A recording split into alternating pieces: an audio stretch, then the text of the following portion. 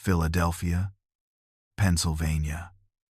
March 16, 2024. Carla Jensen stands in the Human Anatomy Revealed exhibition at the downtown Philadelphia Convention Center and feels something she hasn't felt in 20 years. Recognition, not the good kind. The kind that stops your heart mid-beat. The kind that makes you reach for your daughter's arm to keep from collapsing. The kind that tells you the son you've been searching for since 2004 is standing right in front of you, plastinated, preserved, posed like a quarterback, mid-throw for $30 admission. But we need to go back. We need to understand how Carla got here. How a mother's 20-year search ends in a science museum. How a missing person case becomes a fight against an industry built on stolen bodies. How a young man who threatened to expose the truth became the evidence himself. This is that story. Before we continue, I just want to say thank you for taking the time to listen to this investigation. If you're comfortable, let me know in the comments where you're listening from and what drew you to Cold Trail today. Your engagement helps us continue bringing these untold stories to light. Now, let me tell you what happened to Carla Jensen and her son Ethan. March 16, 2024, Saturday afternoon. The Human Anatomy Revealed exhibition has been in Philadelphia for 3 weeks. It's housed in Convention Hall B at the Downtown Convention Center, a massive space that usually hosts trade shows and comic conventions. Today, it holds something else entirely. Preserved human bodies, skinned and posed, arranged to show the miracle of human anatomy. Educational, the brochures say. Enlightening, a once-in-a-lifetime experience. Carla Jensen, 62 years old, didn't plan to come. She's standing in the ticket line with her granddaughter Lena, who is 20, vibrant, curious about everything. Lena has never known her father. She was born in late 2004, just days after Ethan disappeared. For her entire life, Ethan has been a ghost, a collection of photographs on the mantle. A story her mother tells, with tears in her eyes. The man who left before she arrived. The brother she never met. The father who would have loved her. It was Lena's idea to visit the exhibit. She's studying nursing at Community College of Philadelphia, fascinated by anatomy, by the way the human body works. She'd been talking about the exhibition for weeks, showing her mother photos on her phone. Look at this. Mom, you can see every muscle, every tendon. It's incredible what they can preserve. Carla had resisted at first. Something about the exhibition felt wrong to her, though she couldn't articulate why. Bodies on display, people who had once been someone's son, someone's daughter, reduced to educational specimens. But Lena was persistent, and Carla had learned over the years that saying yes to her granddaughter, spending time together, was more important than her vague unease. So here they are, Saturday afternoon. The line moves slowly.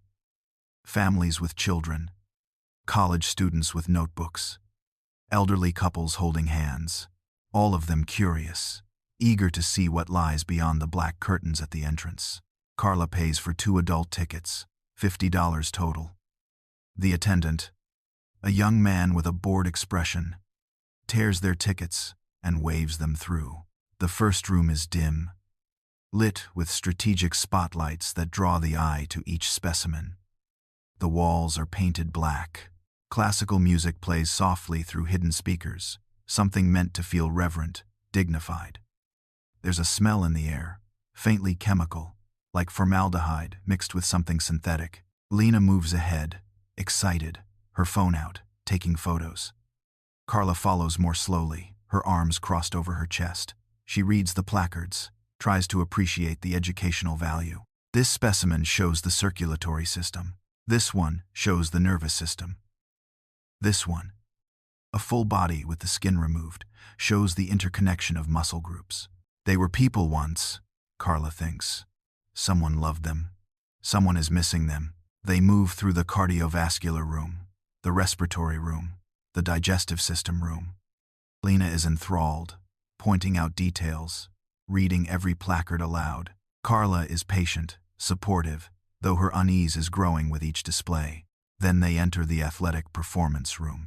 This room is larger than the others, designed to showcase the human body in motion.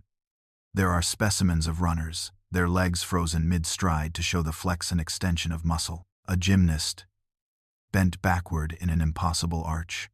A soccer player, one leg extended in a perfect kick. And in the center of the room, elevated on a platform, lit by 3 bright spotlights, there is the quarterback. The specimen is posed mid-throw, right arm cocked back, left arm extended forward, body twisted in the classic throwing stance. The musculature is pristine, every fiber visible. The placard reads, male, age 18 to 25, athletic build. Donor contributed to anatomical research. Notice the development of the rotator cuff muscles, essential for throwing motion. Carla stops walking. Something cold slides down her spine, a feeling like ice water spreading through her veins. She stares at the specimen, unable to look away. Lena has moved ahead, studying a runner's display. But Carla is frozen in place. She takes a step closer to the quarterback, then another. Her hands are shaking. She's looking at the left clavicle, where there's a small raised line, barely visible, a scar from an old surgical pin. Ethan broke his collarbone in 10th grade during a scrimmage. The doctor had to insert a pin. 6 weeks of healing, physical therapy. The pin was removed, but the scar remained. Carla's breath catches. She leans closer, staring at the specimen's skull, the jaw, the teeth. In the upper left quadrant, there's a glint of gold. A gold inlay on the upper left molar. Ethan had gotten it done in 2003. His sophomore year of college. He'd saved money from his part-time job at the campus bookstore. Carla had told him it was unnecessary, that he should save his money. Ethan had smiled and said it made him look cool. Carla's vision blurs. Her heart is hammering so hard she can hear it in her ears. She looks at the specimen's left wrist, where there's a subtle ridge, a thickening of the bone where a fracture healed incorrectly when Ethan was 12. He'd fallen off his bike, and they'd been too poor for proper treatment, so it healed with a slight misalignment. And finally, Carla's eyes move to the neck, where she can see the cervical vertebrae. There, on the 7th cervical vertebra, is a small extra rib, a rare anatomical variation called a cervical rib. Only 1% of the population has it. Ethan's doctor had pointed it out on an X-ray when he was 16. Said it was harmless, just unusual. 4 markers, 4 identifying features. The surgical pin scar, the gold inlay, the wrist ridge, the cervical rib. Carla's legs give out. She stumbles backward, catches herself on a railing. Mom? Lena's voice, concerned, coming closer. Mom? Are you okay? Carla can't speak. She's staring at the specimen, at her son, at Ethan, preserved and plastinated and posed like an athlete for strangers to photograph. Mom, what's wrong? Lena is beside her now, gripping her arm. Carla lifts one shaking hand and points at the quarterback. That's him, she whispers. Her voice is hoarse, broken. That's your father. That's Ethan. Lena's face goes white. What? Mom. No. That's not. Look at the collarbone, Carla says, her voice rising, becoming frantic. The scar from the pin. Look at his teeth. The gold inlay. His wrist, the way it healed wrong. The cervical rib, Lena. The cervical rib. People are starting to notice. A security guard by the door straightens, speaking into his radio. Carla moves forward, reaching toward the specimen. Toward her son. That's Ethan. That's my son. That's my boy. Lena is crying now, pulling at her mother's arm. Mom, please. We need to go. We need to leave. But Carla can't leave. She's spent 20 years searching, 20 years hoping, 20 years wondering if Ethan was alive somewhere, if he'd come home, if she'd ever see him again. And here he is, preserved, displayed, reduced to an educational specimen. She starts screaming. That's my son. Someone help me. That's my son. His name is Ethan Jensen. He's been missing for 20 years. Security guards converge. 2 of them, then 3. They're speaking to her in calm voices, asking her to step back, asking her to leave the exhibition. Carla is sobbing now, reaching for Ethan, for the son she lost. Please, you don't understand. That's my baby. That's my Ethan.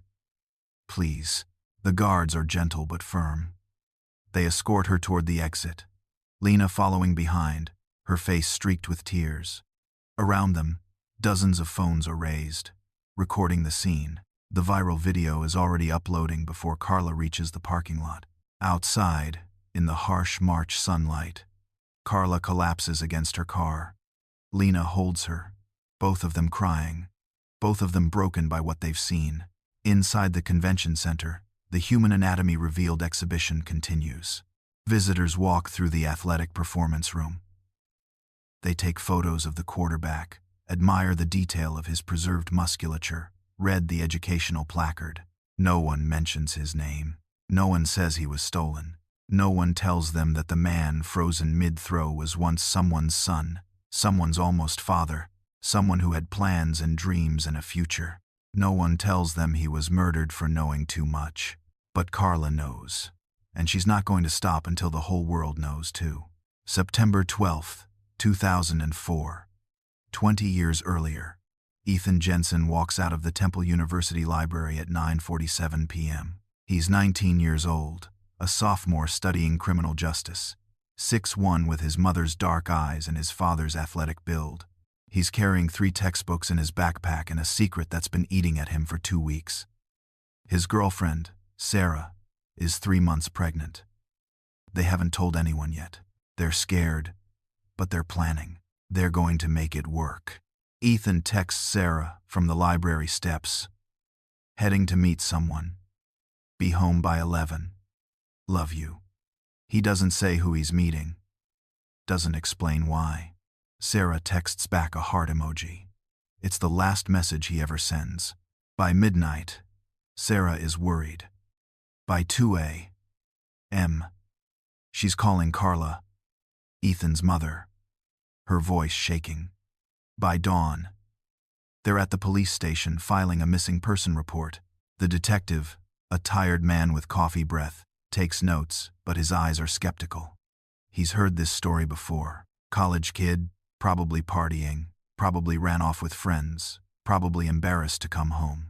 They find Ethan's car 4 days later in the parking lot of Philadelphia General Hospital. Keys in the ignition. Wallet on the dashboard. Cell phone dead in the center console. Everything there except Ethan. The police investigate for 8 weeks. They interview his professors, his classmates, his basketball teammates from the intramural league. Everyone says the same thing. Ethan was responsible, focused, excited about becoming a father. He would never just leave. But the evidence says otherwise. No signs of struggle, no witnesses, no body. After 8 weeks, the detective tells Carla what she already knows he's going to say. The case is going cold. Young men leave sometimes. They get scared, overwhelmed, and they run. It's unfortunate, but it happens. The file gets moved to a storage box, and Ethan becomes another statistic. Sarah gives birth to Lena in late November, just 10 weeks after Ethan disappeared. Carla is there, holding Sarah's hand, promising they'll find him, promising he'll come home. But Sarah is young, traumatized, drowning in postpartum depression and grief. 6 months later, she signs over custody to Carla and leaves Philadelphia. Carla never hears from her again. For 20 years, Carla raises Lena alone. She works double shifts as a hospital administrator, saves every penny she can, and never stops searching. She hires 3 different private investigators over the years. She posts on missing person forums. She drives to neighboring states following false leads. She keeps Ethan's room exactly as he left it, his basketball trophies on the shelf, his criminal justice textbooks stacked on the desk. She tells Lena stories about her father, shows her photos, keeps his memory alive even as hope slowly dies. Lena grows up knowing her father only as a ghost, a collection of frozen moments. The photo of Ethan holding a basketball, smiling with that gold tooth glinting. The photo of him and Carla at his high school graduation. The photo of him and Sarah at the park, her belly just starting to show, both of them laughing. Lena studies these photos like sacred texts, searching for pieces of herself in his face. Now, sitting in her living room 3 days after the exhibition, Carla stares at her phone. The video of her screaming in the museum has 2.3 million views. The comments are brutal. Crazy woman. Attention seeker. She needs help. But Carla doesn't care about the comments. She cares about one thing only: bringing Ethan home. She's already made the call. Alicia Brooks, a civil rights attorney with a reputation for taking impossible cases, agreed to meet with her. The consultation fee is $500. Money Carla doesn't have. Money she'll pull from her already depleted savings. But it doesn't matter. Nothing matters, except proving that the quarterback specimen is her son. Lena sits beside her mother on the couch, holding her hand. Mom, are you sure about this? The lawyer fees, the court costs, if this goes wrong. Carla squeezes her granddaughter's hand. I've spent 20 years wondering where your father was. Now I know. I'm not stopping until he comes home. The meeting with Alicia Brooks is scheduled for Monday morning. Carla brings every piece of evidence she has. Ethan's dental records showing the gold inlay. The X-ray showing the cervical rib. The medical file documenting the surgical pin in his clavicle. The photos of his misaligned wrist. Alicia studies each document carefully, her expression unreadable. This is compelling, Alicia finally says. But you need to understand what we're up against. Anatomy Corp is a multi-million-dollar company with teams of lawyers. They're going to fight this with everything they have. The cost, the publicity, the emotional toll. It's going to be brutal. Carla's voice doesn't waver. I don't care. That's my son in that museum. I want him back. Alicia nods slowly. Then, we fight. Alicia Brooks files the emergency injunction on March 23, 2024. 1 week after the exhibition incident. The motion requests immediate DNA testing of the quarterback specimen and a temporary halt to the exhibition pending results. The filing makes regional news. Mother claims museum specimen is missing son. The headline is skeptical, almost mocking. Anatomy Corp responds within 48 hours. Their lead attorney, David Whitfield, is everything Alicia warned Carla about. Expensive suit, cold smile, decades of experience crushing cases like this. His response brief is 47 pages of dismissal and condescension. He argues that Carla is a grieving woman seeing patterns where none exist, that thousands of men have similar anatomical features, that disrupting an educational exhibition based on maternal delusion would set a dangerous precedent. The hearing is scheduled for April 3rd at the Philadelphia County Courthouse. Carla sits in the gallery wearing her best dress, Lena beside her. Both of them holding hands so tightly their knuckles are white. Alicia presents their evidence methodically. The 4 identifying markers. The statistical impossibility of all 4 appearing in one specimen. The timing of Ethan's disappearance. The location where his car was found near the hospital. Whitfield counters with devastating effectiveness. Your Honor, Miss Jensen has suffered an unimaginable loss.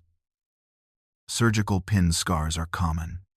Gold dental work is common. Bone irregularities from childhood injuries are common.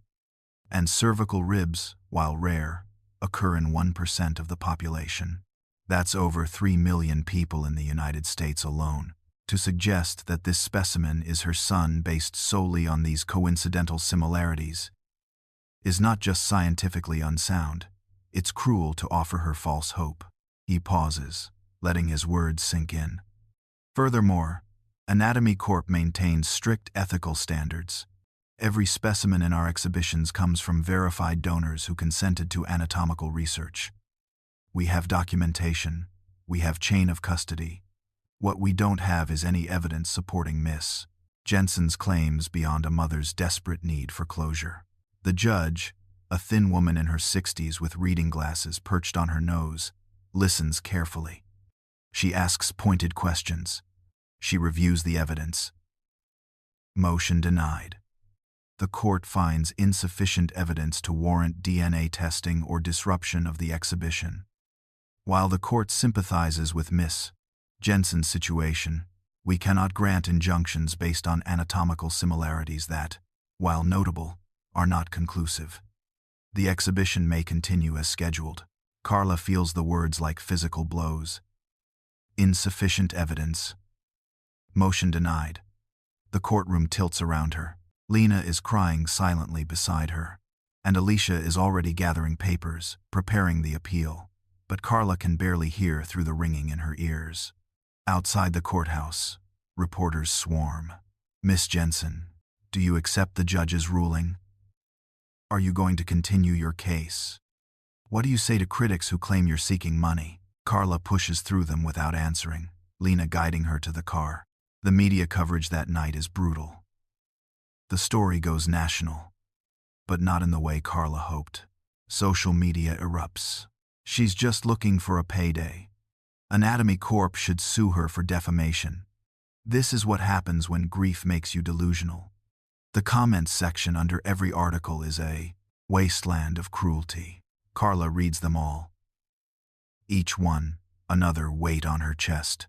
That night, sitting in Ethan's unchanged bedroom, Carla breaks. I can't do this, she tells Lena. I can't fight them. They're too powerful. Maybe everyone's right. Maybe I'm just a crazy old woman seeing what I want to see. Lena kneels beside her mother's chair. At 20 years old, she's never looked more like Ethan. The same determined eyes, the same stubborn jaw. Mom, listen to me. You recognize Dad because you're his mother. You know him in ways no one else can. 4 identifying markers aren't a coincidence. They're proof. We're not stopping. We're going to bring him home. Carla looks at her granddaughter, this young woman she raised alone, and finds a spark of strength she thought was extinguished. Okay, she whispers. We keep fighting. 9. Have a save. Alicia Brooks has a theory. If Carla is right, if the specimen really is Ethan, then his disappearance wasn't random. There was a reason he vanished. A reason his body ended up in an anatomy exhibition. A reason the trail went cold so quickly. To find that reason, they need to go back to the beginning. Back to 2004. Back to evidence the police might have missed. She recommends Ramon Torres, a private investigator who specializes in cold cases. Torres is in his 50s, methodical, patient, the kind of man who reads case files like novels and sees patterns others miss. His fee is steep, another $3,000 Carla doesn't have, but Alicia helps her set up a crowdfunding campaign. The story goes viral again, this time with more sympathy. Mother fights museum to prove Specimen is missing son. Small donations flood in from across the country. People who believe her, people who want justice. Torres starts with the 2004 police file. Boxes of evidence stored in a basement archive at the Philadelphia Police Department. He gets a court order to access everything. Witness statements, photographs, Ethan's personal effects collected from his dorm room and car. Torres spreads it all out in his office and begins the painstaking process of reviewing every detail. 3 days into his investigation, Torres finds something. Ethan's college jacket, a navy blue windbreaker with Temple University, printed across the back, stored in an evidence bag for 20 years. The police had searched the obvious pockets in 2004, found nothing, and logged it as processed. But Torres is more thorough. He checks the inner lining, the hood drawstring pockets, the small zipper compartment inside the left breast, and there, folded into a tight square and shoved deep into the hidden pocket, is a piece of paper. Torres unfolds it carefully.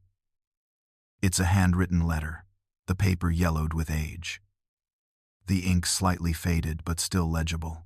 The handwriting is rushed, angry, the letters sharp and pressed hard into the page.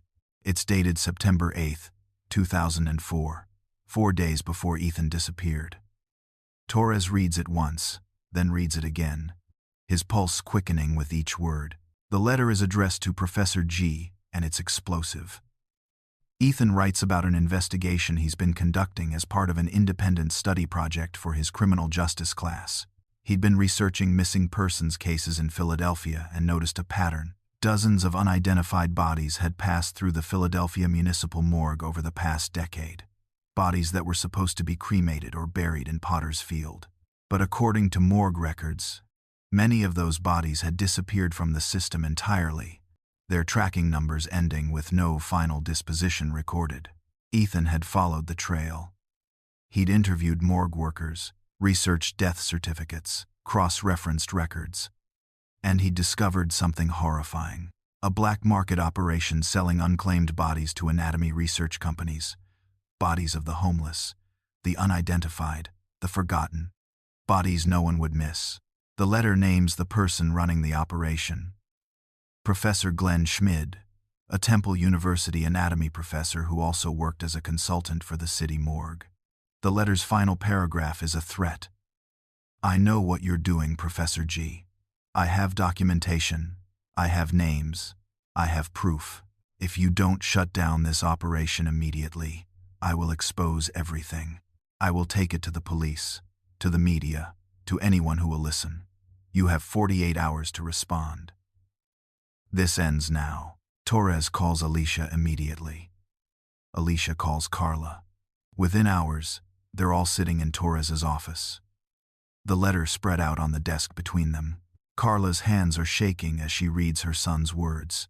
His anger, his determination, his threat to expose the truth. This is why Ethan disappeared. He knew too much. He threatened the wrong person. Torres has already started researching Professor Glenn Schmid. The man is 54 years old now, still teaching at Temple, still consulting for anatomy exhibitions. His father, Werner Schmid, ran a body brokerage business in the 1992s and early 2000s, one that was shut down in 2006 after investigations revealed ethical violations. Glenn took over the business quietly, legitimized it through academic connections, and continued supplying bodies to research companies and exhibitions, including, Torres discovers, Anatomy Corp. The letter changes everything. It provides motive. It provides a suspect. It provides the missing piece that connects Ethan's disappearance to the specimen in the museum. Alicia files an emergency motion with the court the next morning, attaching the letter as evidence. This time, the motion includes a request to open a murder investigation against Dr. Glenn Schmid. The Philadelphia Police Department has no choice. The letter is evidence of a potential homicide. The case is reopened, assigned to the cold case unit, and detectives begin interviewing Schmid, pulling records from the morgue, tracing the chain of custody for bodies that passed through his hands in 2004. The media coverage shifts. This is no longer a story about a delusional mother. This is a story about murder, corruption, and stolen bodies. The public outrage is immediate and fierce. The court approves the DNA test on April 28, 2024. A forensic team arrives at the Philadelphia Convention Center with a court order. And for the first time in 20 years, the exhibition is forced to close its doors. The quarterback specimen is carefully transported to a police forensics lab.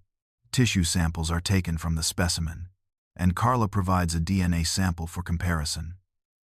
On May 1, 2024, the results come back, 99.99% match. The specimen is Ethan Jensen. Carla receives the call from Alicia while sitting in her kitchen.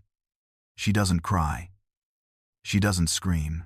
She simply closes her eyes and whispers, "I knew it. I knew it was him." Lena wraps her arms around her mother, and they sit together in silence, holding each other, grieving and relieved all at once. After 20 years of searching, of doubting, of being called crazy, Carla finally has proof. Her son is coming home, but the DNA results are only the beginning.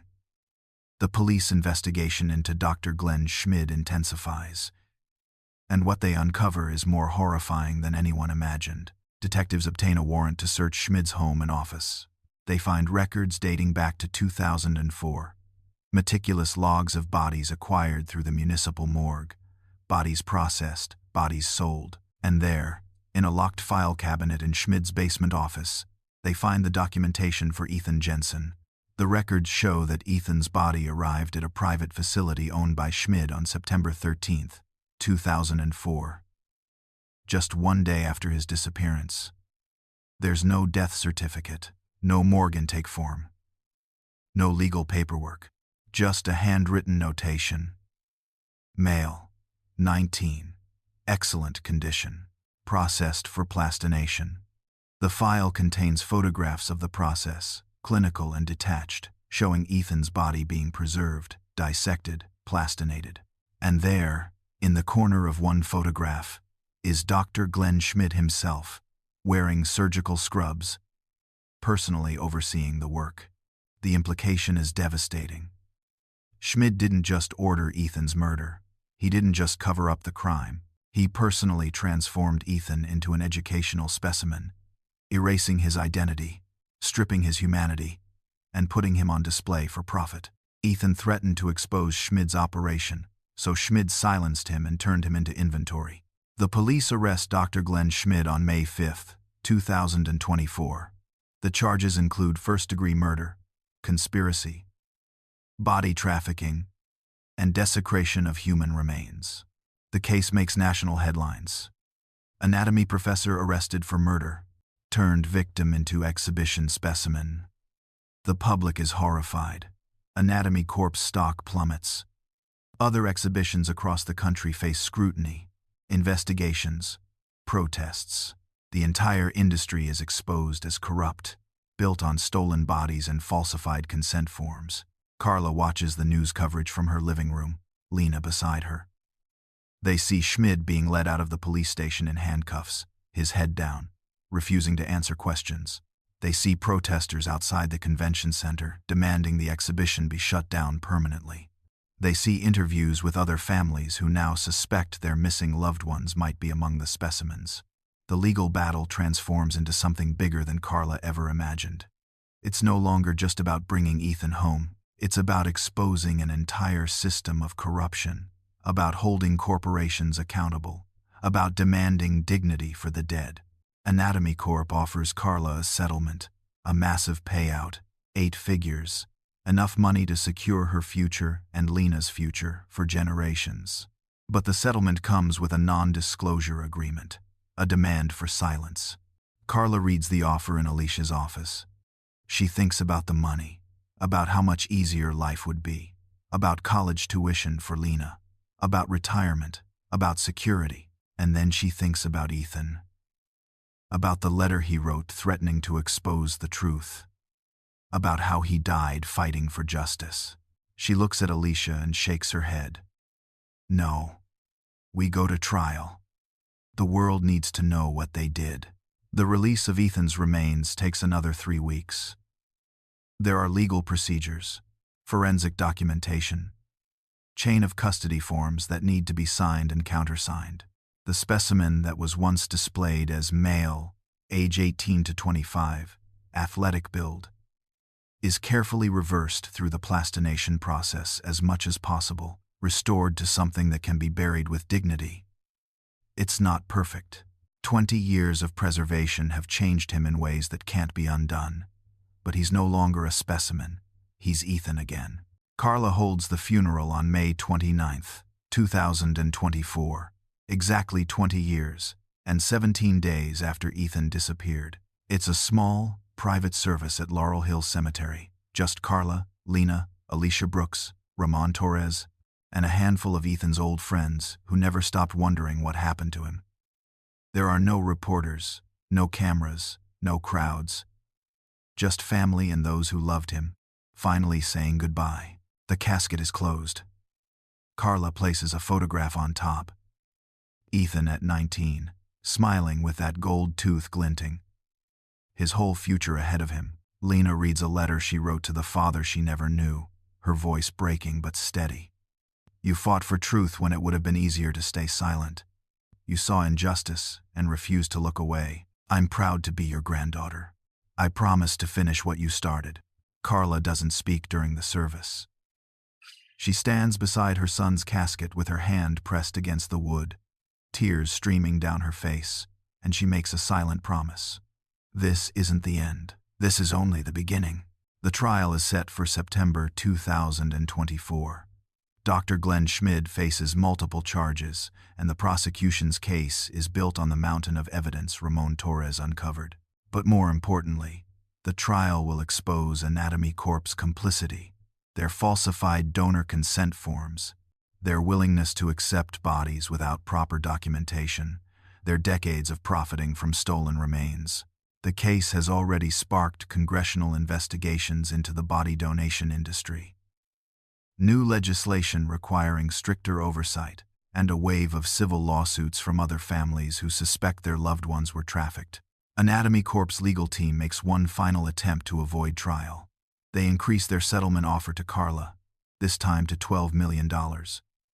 An almost unfathomable sum. The offer comes with the same condition: a non-disclosure agreement, complete silence about what happened to Ethan, about Schmid, about the industry's corruption. They want to pay for her silence, to bury the truth along with her son. Carla meets with Alicia in her office to review the offer. $12 million, enough to change everything. Enough to give Lena any future she wants. To retire in comfort. To never worry about money again. Alicia doesn't push her either way. She simply lays out the options, the risks of going to trial, the certainty of the money, and waits. Carla thinks about Ethan's letter, the one hidden in his jacket pocket for 20 years. "I will expose everything," he wrote. This ends now. He died trying to bring the truth to light. She can't let that sacrifice be for nothing. No settlement, Carla says firmly. We go to trial. Every document becomes public record. Every testimony gets heard. The world needs to know what they did. Not just to Ethan, but to all the others. The nameless, the forgotten, the ones no one is looking for. They deserve justice too. Lena, who's been sitting quietly in the corner of the office, speaks up. "Mom, I changed my major. I'm transferring to Temple University in the fall to study investigative journalism." She pauses, her voice thick with emotion. "Dad found the story. You brought it to light. I'm going to make sure stories like his keep getting told. I'm going to make sure this never happens to anyone else." Carla looks at her granddaughter, this brave, brilliant young woman, and feels a surge of pride so intense it takes her breath away. Ethan never got to meet Lena, never got to hold his daughter, but his legacy lives on in her determination, her courage, her refusal to stay silent. The trial begins in September. It lasts 6 weeks. The media coverage is relentless, but this time it's sympathetic, outraged on Carla's behalf. Dr. Glenn Schmid is convicted on all charges and sentenced to life in prison without parole. Anatomy Corp is fined hundreds of millions of dollars and forced to shut down their exhibitions permanently. Other companies in the industry face similar scrutiny, and within a year, federal regulations transform how body donations are handled, tracked, and verified. Carla sits with Lena on the steps of the courthouse after the verdict is read. Reporters shout questions, but Carla ignores them. She's staring at the sky, thinking about Ethan, about the boy who became a man, who became a fighter, who became evidence, who finally became justice. Lena squeezes her mother's hand. "We did it, Mom. We brought him home. We made them pay." Carla nods slowly, then turns to her granddaughter. Her voice is steady, certain, filled with quiet strength. "They thought they could turn my son into a lesson," she says. "Instead, he became the evidence. The fight is not for money, it's for dignity." She pauses, looking directly at the cameras now, making sure her words are heard. "We will not stop until every shadow in this industry is brought into the light." This story is based on the real issues surrounding the body donation industry and the families who fight for dignity and justice. If you or someone you know has information about missing persons or unethical body donation practices, please contact your local authorities. Thank you for listening to this Cold Trail investigation. Please subscribe, share this story, and help us continue bringing untold truths to light.